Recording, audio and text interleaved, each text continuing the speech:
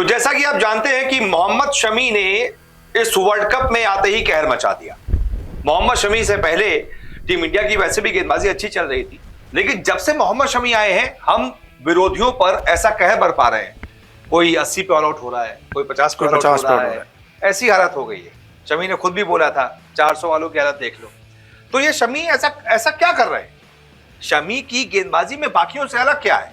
हर तरफ शमी का कहर की बात क्यों हो रही है? ये वसीम अकरम साहब ने बहुत अच्छी तरीके से समझाया है कि आखिरकार शमी के पास बाकियों से अलग टैलेंट क्या है। तो हम आपको वही समझाएंगे। अब वसीम अकरम का वीडियो तो हम दिखा नहीं सकते, दूसरे चैनल का है, तो हम आपको वो समझाएंगे जो वसीम अकरम साहब ने कहा। इसमें हमारा कोई ज्ञान नहीं होगा, हम इतने बड़े क्रिकेटर तो है नहीं कि हम आपको बताएं कि शमी क्या कर रहे हैं। लेकिन हाँ, वसीम अकरम ने कैसे रिस्क पोजीशन बताई है, क्या बताया है, क्या ऐसा अलग शमी के पास है, वो हम आपको समझाते हैं। तो अंकित बॉलर है, अंकित के पास बॉल भी है। हम आपको सबसे पहले दिखाते हैं कि आखिरकार कैसे मोहम्मद शमी बॉल रिलीज करते हैं, उनका रिलीज सबसे अलग क्यों है। अंकित, पहले मैं इस तस्वीर से शुरू करता हूँ। वसीम अकरम ने एक बॉल दिखाई है, इसमें एक पार्ट शाइन है और एक पार्ट जो है वो थोड़ा रफ हो चुका है, और ऐसी ही कुछ बॉल है। इसमें शाइन थोड़ी कम है अपूर्व, लेकिन शमी की जो बात अपूर्व ने की कि अलग क्यों है शमी या वसीम अकरम कर रहे हैं, उनकी जो रिस्ट, एक ये भी है, एक ये भी है, देखिए सीधी सीम पोजीशन रिस्ट, वो एकदम रॉक स्टैंड उनका रिस्ट है। उनका यूं नहीं होता रिस्ट, वो यूं नहीं होता, एकदम सीधा रहता है कि अगर हम बॉल डालेंगे तो पड़ेगी बॉल, पिच होगी, पिच पे सीम होगी और उसके बाद कांटा बदलेगी, कभी बाहर जाएगी कभी अंदर जाएगी, और वो होगा शाइन के थ्रू। शाइन उनकी सीधी पड़ती है, मतलब कि आप मान लीजिए कि स्विंग होता है एयर में, लेकिन सीम होता है पड़ने के बाद, यानी कि विकेट पे, यानी कि पिच पे जब बॉल पड़ेगी वो सीम पे पड़ती है। ये जो धागे हैं सीम के, इससे इन्हें फर्क पड़ता है। कोई सीम ऐसे नहीं कि थोड़ी सी टेढ़ी हो गई है, जैसे मोहम्मद सिराज की बहुत बार देखते हैं, तो उनकी सीम जो है एकदम सीधी रहती है, रिस्ट सीधी रहती है, वो यहाँ बॉल पड़ती है और यहाँ से फिर आगे निकलती है। और दूसरी बात, एक और बात है, जैसे कि अंकित बता रहे हैं, अंकित ये बैट पकड़िए जी। ये जो वसीम अकरम ने बताया है ना, ये सीधा जी। ये क्यों है? इसके पीछे ये इस पूरे हाथ का रोल होता है जी। कुछ लोगों का हाथ ऐसे जाता है, कुछ ऐसे जाता है, जाता है। लेकिन शमी का आप देखेंगे ना, ये हाथ और ये रिस्ट पूरा सीधी जाता है। और शमी इस सीम को पीछे से ऐसे करते हैं। लोग क्या करते हैं, बॉलर्स कई बार हाथ लचक जाता है, लेकिन शमी की रिस्ट और ये पूरा हाथ एकदम सीधा रहता है। अगर आप ऐसे देखेंगे, ऐसे रहता है। उसके बाद जब बॉल को हाथ का साथ मिलता है तो बॉल एकदम सीधी सीम पे जाते हैं, ऐसी टिप्पा खाती है। और दूसरी बात, लेंथ जो थ्री क्वार्टर लेंथ, मैं आपको तस्वीर भी उसकी दिखा देता हूँ। शमी की ज्यादातर बॉलें आप देखेंगे यहाँ फिनिश होंगी, इधर ये देखिए, यहाँ पर ये जो ये है ना, ये वाली लेंथ 3 क्वार्टर लेंथ, इसमें फिनिश होती है। यहाँ से बॉल छूटी हाथ से, और ये देखिए इधर इधर इसी के आसपास, मतलब सबसे बेस्ट ये कहते हैं और ऑफ स्टंप की पास, और साथ ही साथ ये जो बेल होती है ना, यहाँ के आसपास आपकी लेंथ गिरनी चाहिए। ये देखिए सीम पोजीशन कितना बढ़िया, एकदम सीधी पकड़ी हुई है। तो उसमें लेंथ क्या होता है कि अगर एक तो बैट्समैन को ये पता नहीं होता कि फ्रंट फुट पे जाऊं बैक फुट पे जाऊं जी, हमेशा बैट्समैन कंफ्यूज रहता है। और खासतौर से इनकी नई बॉल जब सीम पे पड़ती है ना, जिस भी तरफ हल्की भी सीम हो, उनकी अपराइट सीम रहती है, और ज्यादातर इनकी राइटी बैट्समैन के लिए आउट स्विंग होती है। तो बैट्समैन क्या करता है, अब उसको पता नहीं है कि आगे जाए पीछे जाए, अगर वो ज्यादा आगे आ जाएगा तो स्विंग को कवर भी कर सकता है। लेकिन जब बॉल इधर के आसपास आती है तो ज्यादातर क्या होता है कि अगर बॉल उनकी आउटस्विंग हो गई टिप्पा खा के, तो एज लग जाता है, जैसे कई बैट्समैनों का लगा है। और अगर आपने आउटस्विंग के लिए खेला और बॉल टिप्पा खा के सीधे निकल गई, तो आप क्लीन बोल्ड हो जाते हैं।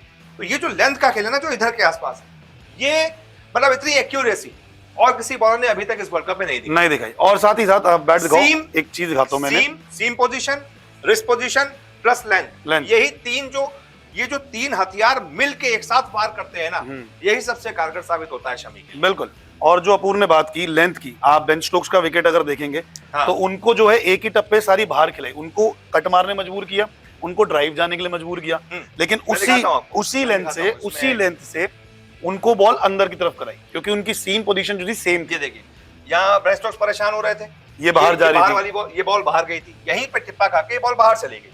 फिर उन्होंने क्या किया कि भाई हट के खेलता हूं, एक शॉट लगाता हूं। देखिए यहां से वो अंदर आई, ये बॉल यहीं पर टिप्पा खाई थी, पिछली बॉल बाहर गई, लेकिन यही बॉल सेम बॉल इसी टिप्पे से अंदर चली गई। ये कैसी पोजीशन है, ये शॉट देखिए, स्टोक्स है, ये विकेट पे मिडिल विकेट पे खड़े हैं, समझ नहीं आई शमी की ये पोजीशन है, क्योंकि वो एक ही टप्पा डालते, उनकी रिस्ट सीधी रहती है, पता नहीं लगता कि कहां जाएगी, और उनको लगा कि मैं कट मारने की जाऊंगा, लेकिन वो बॉल अंदर की तरफ इन स्विंग हुई, इसलिए वो कहीं थे ही नहीं उस समय, शॉट ये बनता ही नहीं था उस जगह पर। तो ये एक और बड़ा पॉइंट है, मैं बताऊंगा, हम जैसे सीम की बात कर रहे हैं, शमी हल्का सा यहाँ आके ना एक तुनका नहीं होता, वो एक हल्की सी ये प्रेस मारते हैं बहुत हल्का सा। और अगर आप जेम्स एंडरसन या किसी की रिस्ट देखेंगे तो वो इन स्विंग कराने के लिए जो एक बेसिक होता है कि लेग स्लिप पे आप सीम रखिए, वो बॉल इस तरफ ट्रेवल करेगा। आप यहाँ पे फर्स्ट स्लिप की तरफ, थर्ड स्लिप की तरफ सीम रखिए तो आपका बॉल पड़ने के बाद यहाँ ट्रेवल होगा। लेकिन शमी की सीम सीधी रहती है, एकदम सीधी।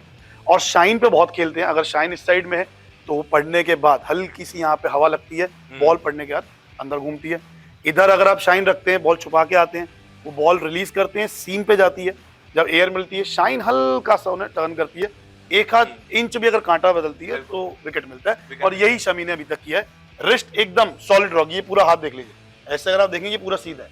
उन्हीं की बॉल पड़ने के बाद कभी यूं जा रही है, कभी यूं जा रही है, और इसलिए उनको बाउंस भी एक्स्ट्रा मिलता है। और 3 क्वार्टर जो इन्होंने बात की, 3 क्वार्टर में आप ड्राइव के लिए जा सकते हैं, आप हल्का सा बैकफुट होकर डिफेंस कर सकते हैं, और उसी में बैट्समैन कंफ्यूज होता है और सीम का खेल जो है पता नहीं होता वो 3 क्वार्टर में बैकफुट पे जाऊं, वो वहीं पे खड़ा रह जाता है और उतनी देर में तो शमी इतनी स्पीड से गेंद कि खेल हो जाता है। तो यही है, शमी के पास जो 3 से 4 हथियार हैं, एक साथ मिलकर वो कारगर साबित हो रहे हैं। आप किसी की आप कहेंगे कि और भी बॉलर्स है जैसे क्रिस वोक्स हैं, उनकी भी सीम अपराइट आती है, लेकिन आप देखेंगे उनकी लेंथ लगातार एक जैसी नहीं रहती।